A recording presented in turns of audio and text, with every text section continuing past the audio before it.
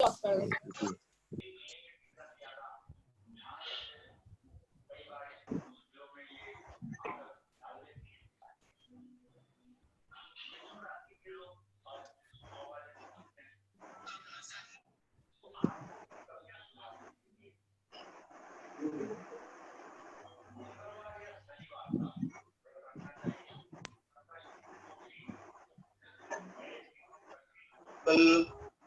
Impulse in A plane तक हुआ था ना? Yes sir. तो फॉर्मूला बताया था ना आपको? Good morning sir. Very good morning बच्चों। तो फॉर्मूला को मैंने बताया था ना,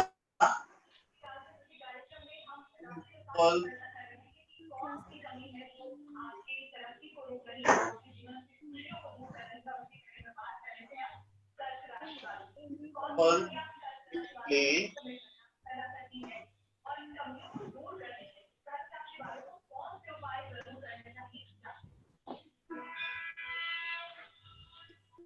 इसको न्यूमेरिकल एक करवाए थे क्या? No sir. No sir. तो टाइम ओवर हो गया होगा। तो वो ग्राफ वाला हुआ था, हो गया।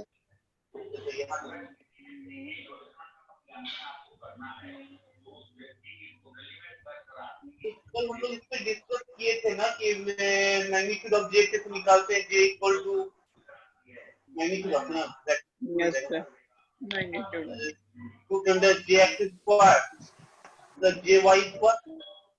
यस निकलेगा और tan थीटा का वैल्यू निकाल लेंगे हम लोग, J Y by J, tan theta equal to J Y by J, tan theta equal to tan inverse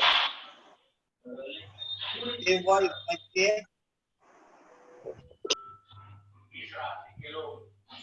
किसी क्वेश्चन बनाई तो a ball of mass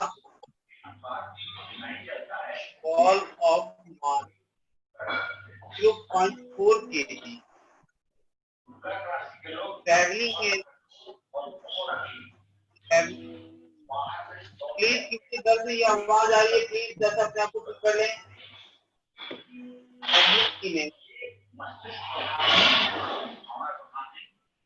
background से आवाज आ रही है, प्लीज अपने आप को चेक कीजिए कितने से है। Straight line with a speed of 30 meters per second along negative x-axis is deflected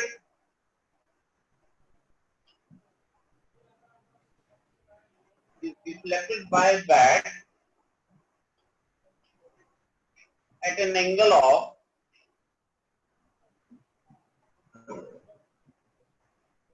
30 degrees. If the speed of the ball after deflection is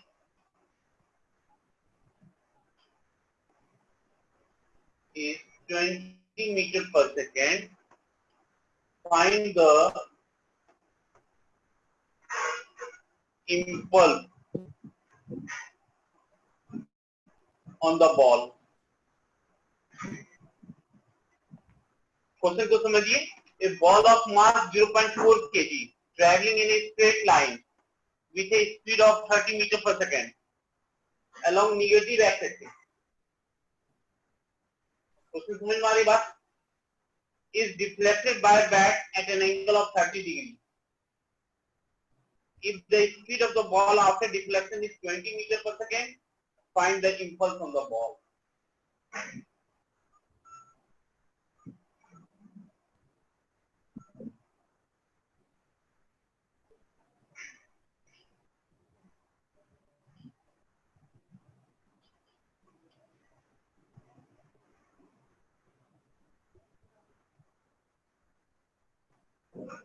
question समझ में आया है?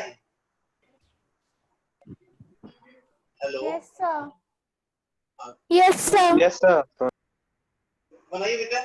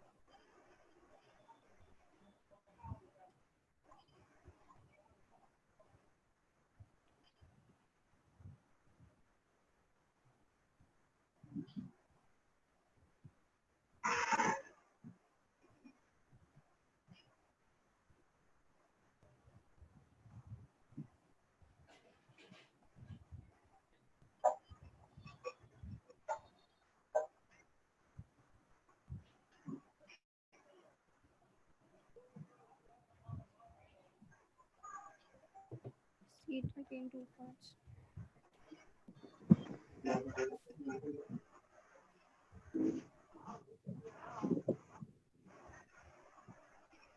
Estimation for that, sir.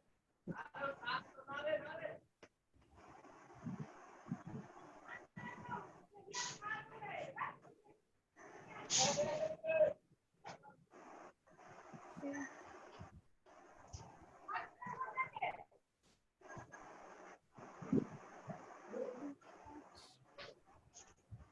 Should give access and contain two parts. Access one cover all topic takta.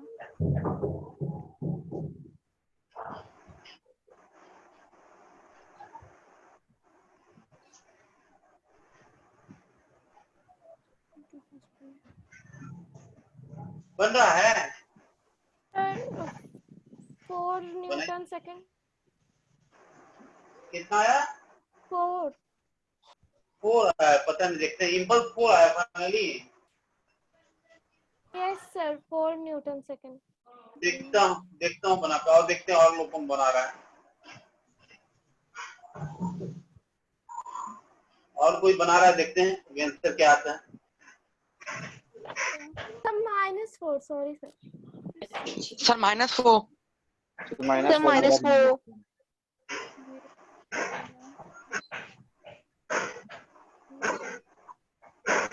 यार जब तुम लोग भी student हो यार, जब मैग्नीट्यूड हम निकालते हैं तो माइनस बोलते हैं हम लोग क्या?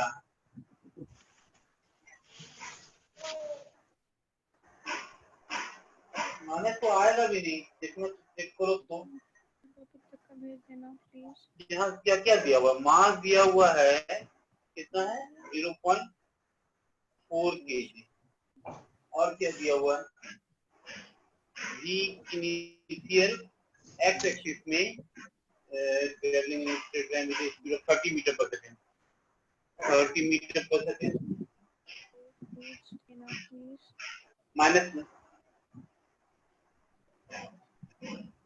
30 metre per second. V initial along y axis 0. The speed of the ball after deflecting 20 meter. यानी G फाइनल दिया हुआ है 20 मीटर पर सेकंड. ठीक है.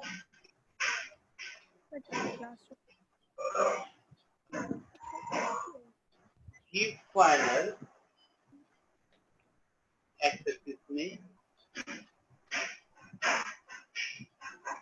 G final cos 30 degree. ये है 20. cos 30 का वैल्यू जी √3/2 ना. √3/2, sir. यानी कितना आ गया? 10 √3 मीटर पर सेकंड.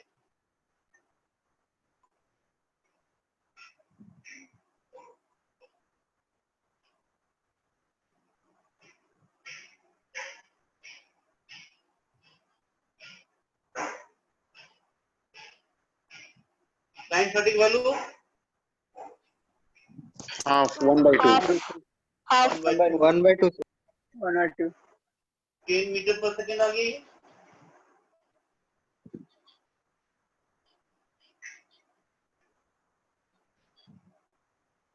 तो JS equal to mgx minus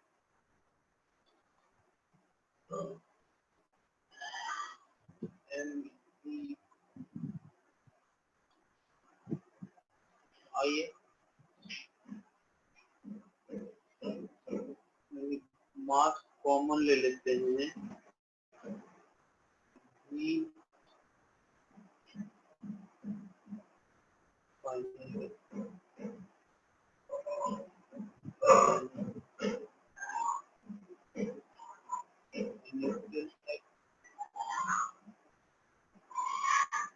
मास है 0.4 0.4 V final 10 root 3 minus V initial x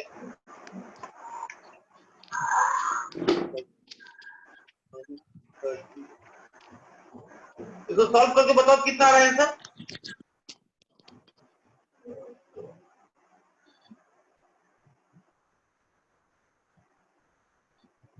0.4 10 into root 3 का वैल्यू जी 1.732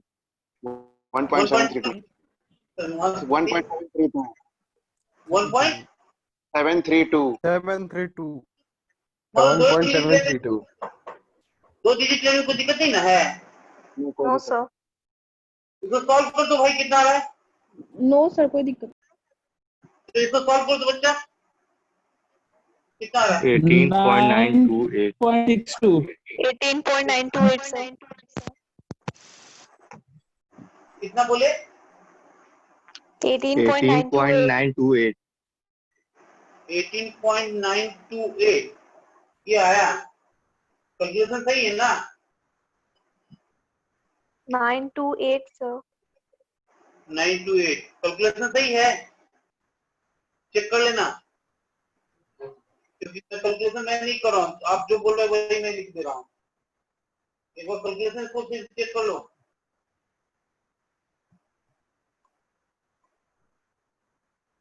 अब इम्पल्स अलोंग y एक्सिस निकालिए। ये कैलकुलेशन सही है। Yes sir. ओके सर अब इम्पल्स अलोंग y एक्सिस निकालिए।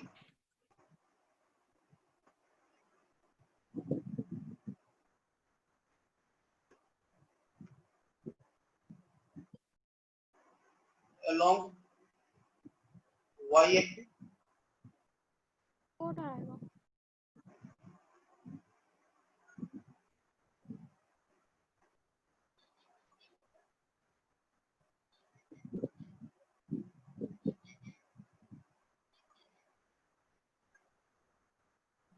v फाइनल y कितना निकला था 10 मीटर 0.4 10 diy 0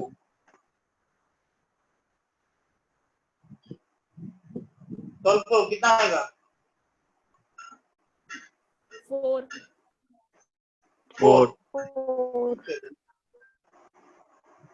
ये निकल गया। अब नेट इम्पल्स निकाल दीजिए। नेट इम्पल्स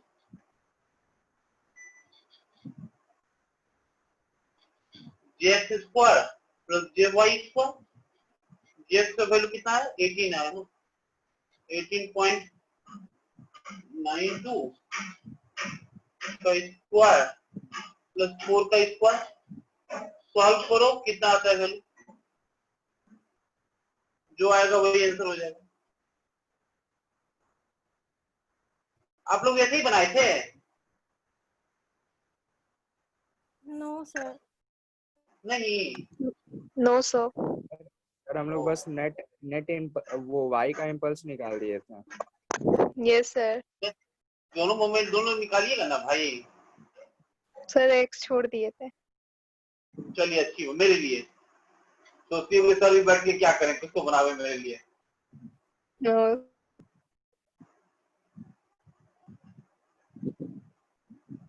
इसको सॉल्व करके बताओ भाई कितना आ रहा है। 19.34 sir. 19.34 Newton second. अगर यही है तो यही दिस इज आंसर। चेक कर लीजिएगा भाई आप लोग, कैलकुलेशन मैं नहीं कर रहा हूँ।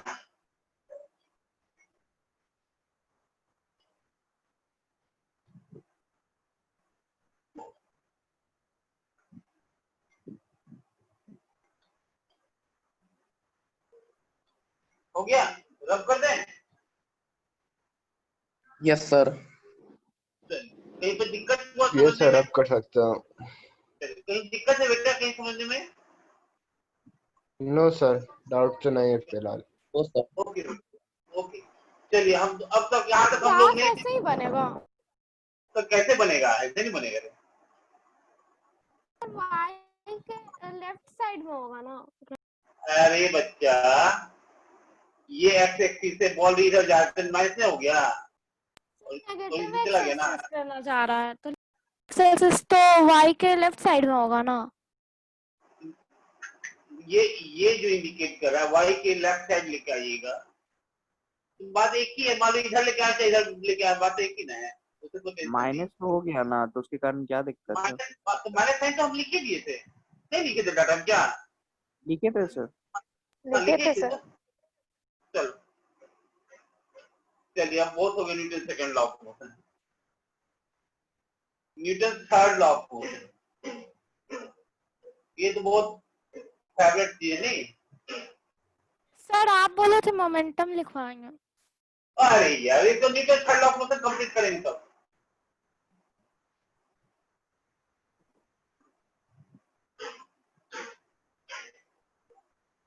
ये तो सबको पता होगा इसका definition. Yes, sir. Yes, sir. Every action has an equal and opposite reaction. To every reaction there is equal and opposite reaction.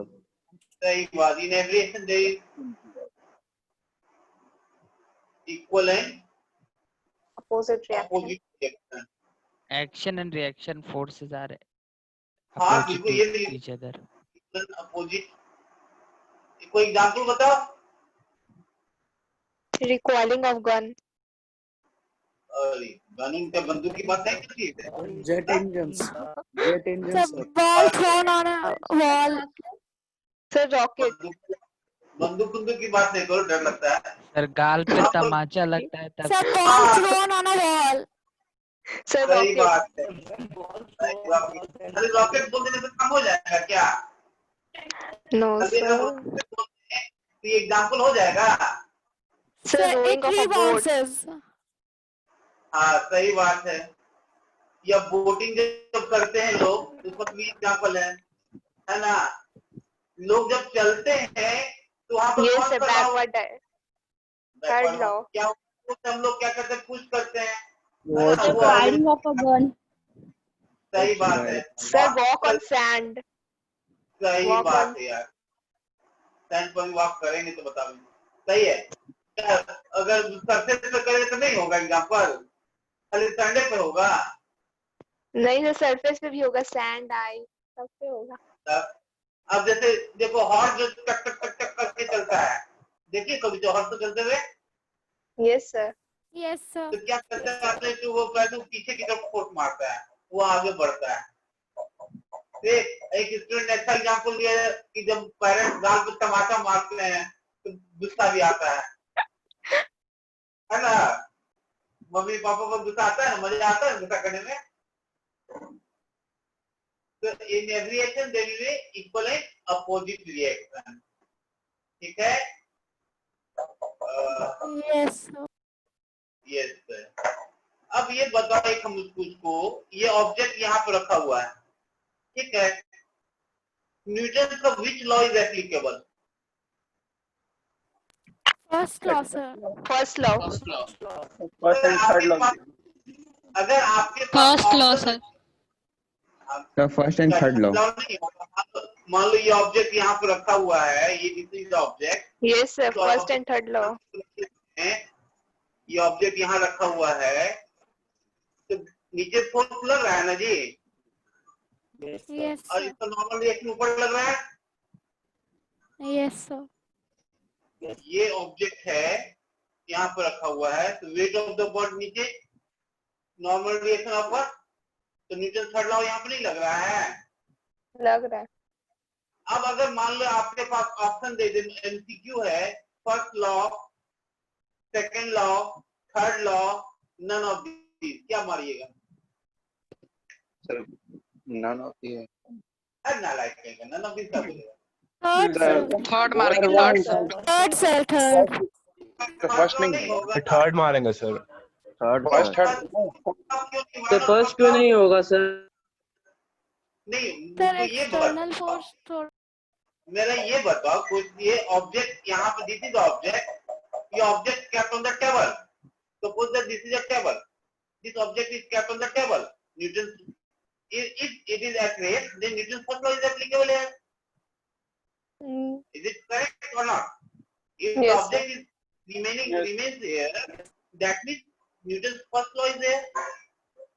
And अब यहाँ पर हम लोग जब देखते हैं इक्वल एंड अपोजिट फोर्स भी लग रहा है जी, अब बताओ कौन सा हम लॉ बोलेंगे? Third law. Proper is the second law. Third, no my dear, second law, because Newton second law is the real law of motion. तो अभी आगे हम लोग डिस्कस करेंगे, बताएंगे, तो मैथमेटिकली मैं प्रूव कर दूंगा कि Newton second law of motion, Newton second law is the real law of motion बोलते हैं लोग, ठीक है, क्योंकि उसमें न्यूटन सेकंड लॉ में फर्स्ट लॉ भी है और थर्ड लॉ भी है। इसलिए जब भी एमसीक्यू आएगा तो हम सेकंड लॉ पे टिक करेंगे। क्लियर? क्यों करेंगे उसको आगे अभी हम देख करके बताएंगे आपको, मैथमेटिकली प्रूव करके दिखाएंगे आपको। यहाँ तक क्लियर है? Yes sir. यस। अच्छा एक चीज बताओ मुझको, फुटबॉल मैच देखते हो ना, the acceleration of the football is much more than the acceleration of the foot of the player. Why?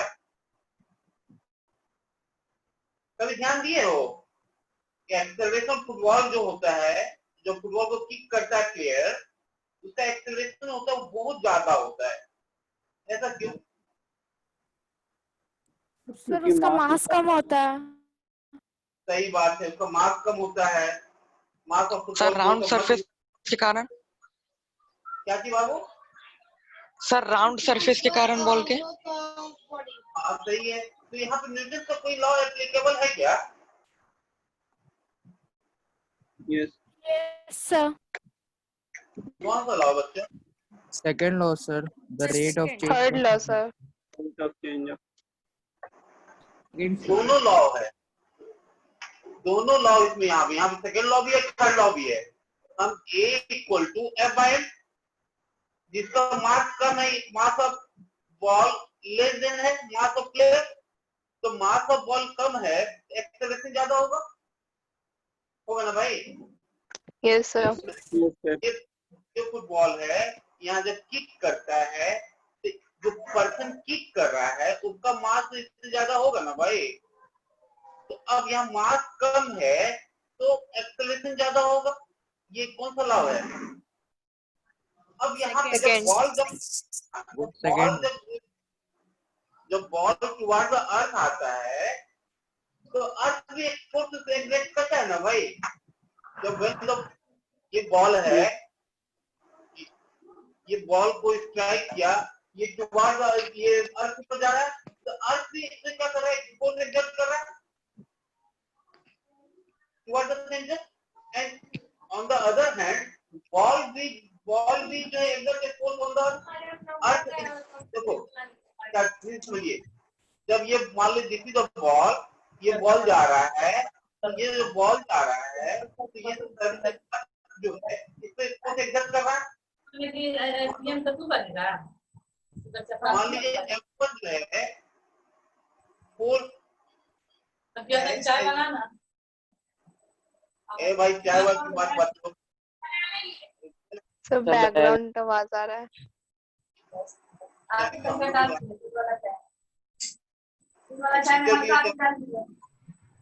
Force exert by the earth, F2 मान लीजिए force exert by the ball.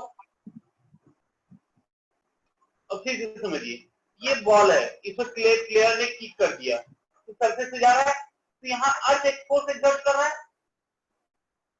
what is danger? Or on the other hand, the ball exerts a force on the earth to move the earth upward. So यहाँ पे these two forces are equal in magnitude and opposite in direction. तो यहाँ पे Newton का third law of motion भी काम कर रहा है, इक्वल एंड अपोजिट रिएक्शन भी काम कर रहा है. So this is the Newton's third law of motion. In every action, there will be equal and opposite reaction. हाँ, मोमेंटम जो टॉपिक छूट गया तो उसको नोट कर लो बस.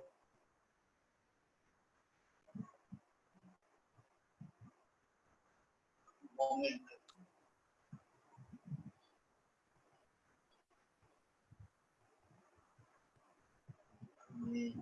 the total motion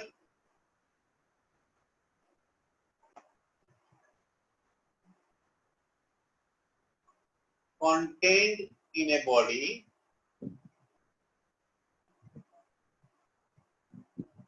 is called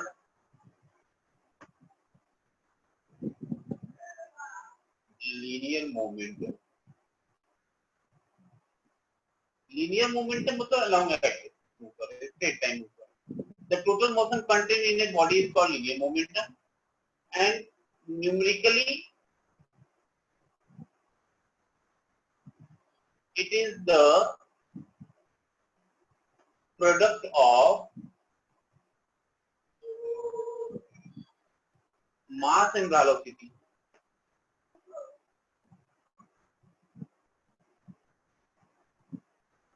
It is denoted by P.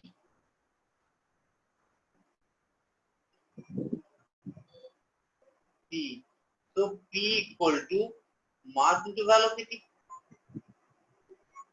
P कैसा quantity होगा भाई? Vector quantity. वेक्टर क्वांटिटी, क्योंकि वेलोसिटी वेक्टर है, मास स्केलर है, इसका रिजल्ट है. अब मोमेंटम का डायरेक्शन किधर होगा बच्चा? Towards the direction of velocity. Velocity की डायरेक्शन. बिल्कुल बेटा सही बताया, towards the direction of velocity. इसका ऐसा यूनिट हो जाएगा, मास हो गया KG metre per second. Dimensional formula m lt -1.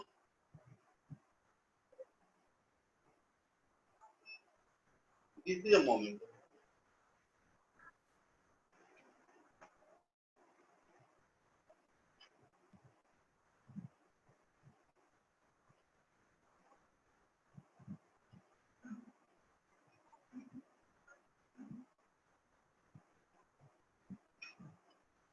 For a given mass of a body, linear momentum जो होगा वेलोसिटी का कैसा रिलेशन होगा?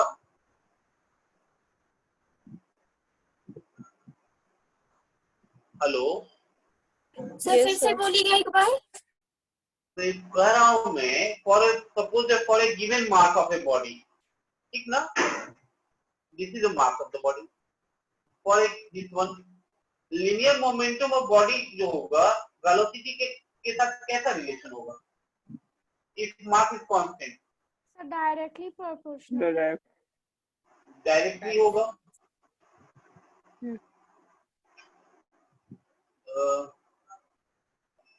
For a given mass of body,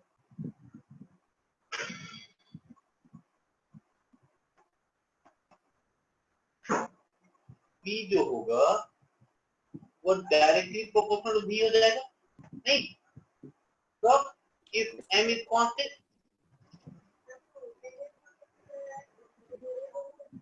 if m is constant, तो नेचर ऑफ ड्रॉप कैसा होगा बच्चा?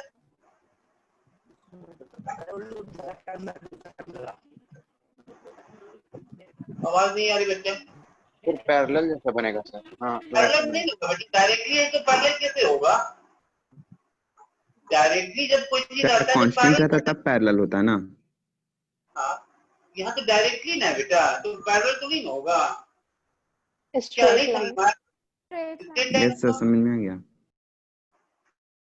कौन सी?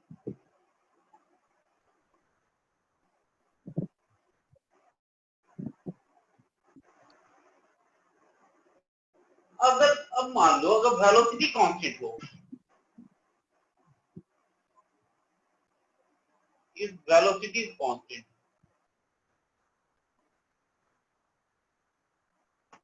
तब ग्राफ कैसा बनेगा बच्चा? Parallel parallel. पैरेलल हो जाएगा।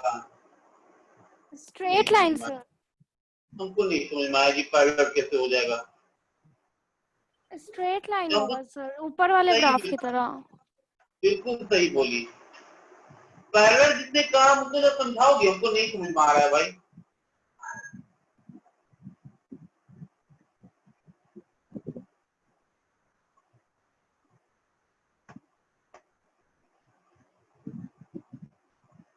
अब अगर मान लो मोमेंटम कांस्टेंट है, P इक्वल टू कांस्टेंट, तब ग्राफ कैसा बनेगा?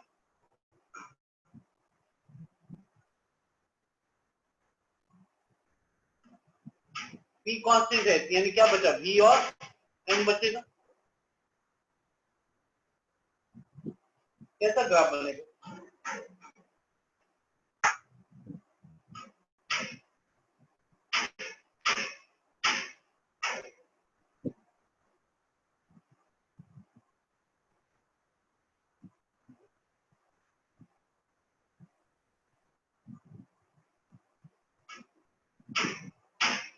हेलो सर ये मास के पैरेलल हो जाएगा। पर यार तू पैरेलल के पीछे काहे तू पड़ा हुआ फिर से? पैरेलल कैसे होगा हमको बता दे तुम यार। बस तो पैरेलल कॉन्सेप्ट खत्म करने दो हमको, तुम खत्म किए हुए हो। P इक्वल टू एम भी है, ठीक ना? या P कांस्टेंट है तो V और M के बीच रिलेशन कैसा तो हुआ? पैरेलल थोड़ी होगा सर उसमें। ना उसका कांसेप्ट हम तभी से पैरेलल बोल रहा है, इसलिए उसको ठीक वही ना कर रहे हैं सर। उसको हम। तो V इनवर्सली प्रोपोर्शनल मास होगा जी। इस रिलेशन से देखो ना भाई, P इक्वल टू MV या P कांस्टेंट है तो M और V का रिलेशन कैसा होगा? ये होगा, यानी ग्राफ कैसा बनेगा? ये ऐसा कुछ बन जाएगा। This is the nature of graph.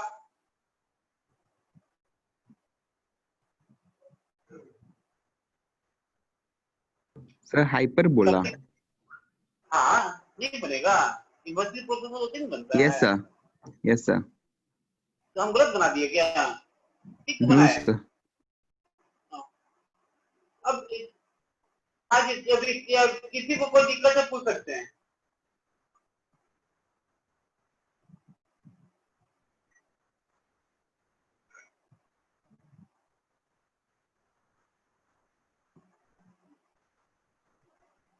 अच्छा एक चीज बताओ, जैसे मान लो कोई दो चिल्ड्रेन है, mister A and mister B, दोनों का मार्क्स सेम है। First boy running with the velocity v1 and second with the velocity v2. v1 is greater than v2. तो लीनियर मोमेंटम किसका ज्यादा होगा? क्वेश्चन को प्लीज समझिए। क्वेश्चन है mister A and mister B, दोनों का मास सेम है। ए मूव कर रहा है v1 वेलोसिटी से, बी मूव कर रहा है v2 वेलोसिटी से। v1 ग्रेटर देन v2 है तो मोमेंटम किसका ज्यादा होगा? मिस्टर ए का। Sir mister A. Mister A.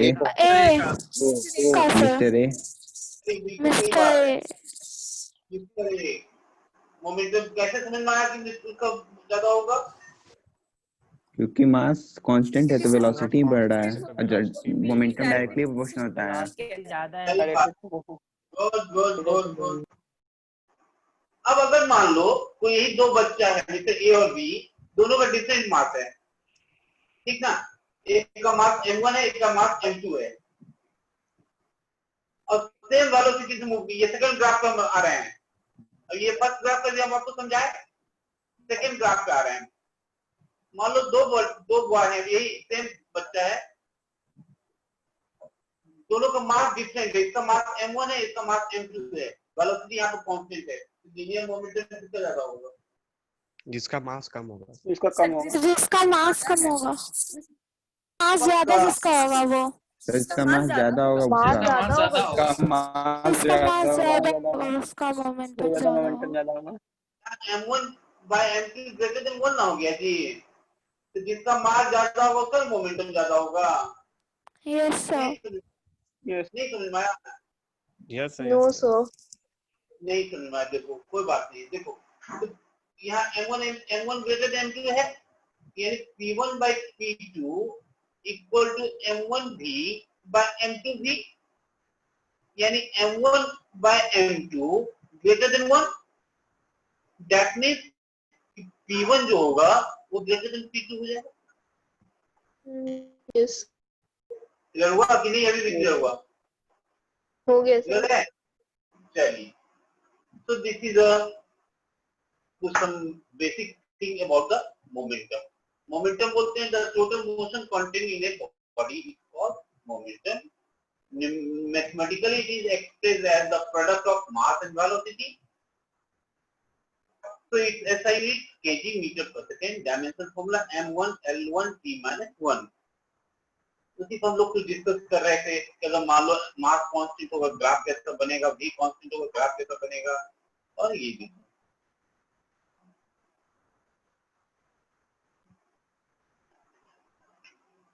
Force का ये ऐसे बोले एमए का एक्सप्रेशन निकाले थे क्या नहीं हम लोग? ऐसे देखो तो मुझे याद नहीं पड़ रहा है।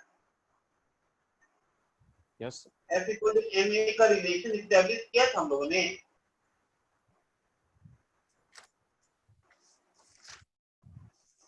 Yes sir. यस यस हो सर। गया। Yes sir, calculus method. चलिए अब एक इम्पोर्टेंट टॉपिक बहुत Yes, मजेदार थी हम लोग। ओके, इसको रब कर दें। Yes sir. ओके, अब एक Yes, sir. मजेदार चीज को पढ़ने जा रहे हैं।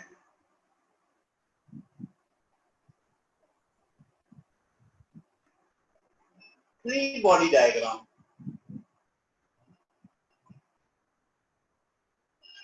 Free body diagram.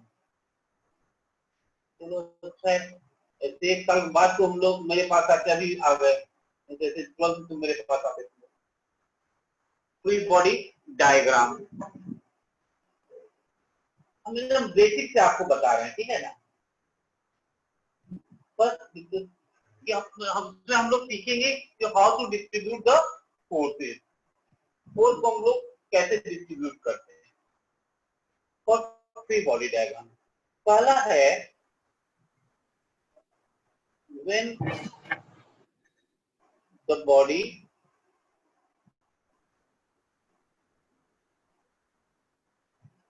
is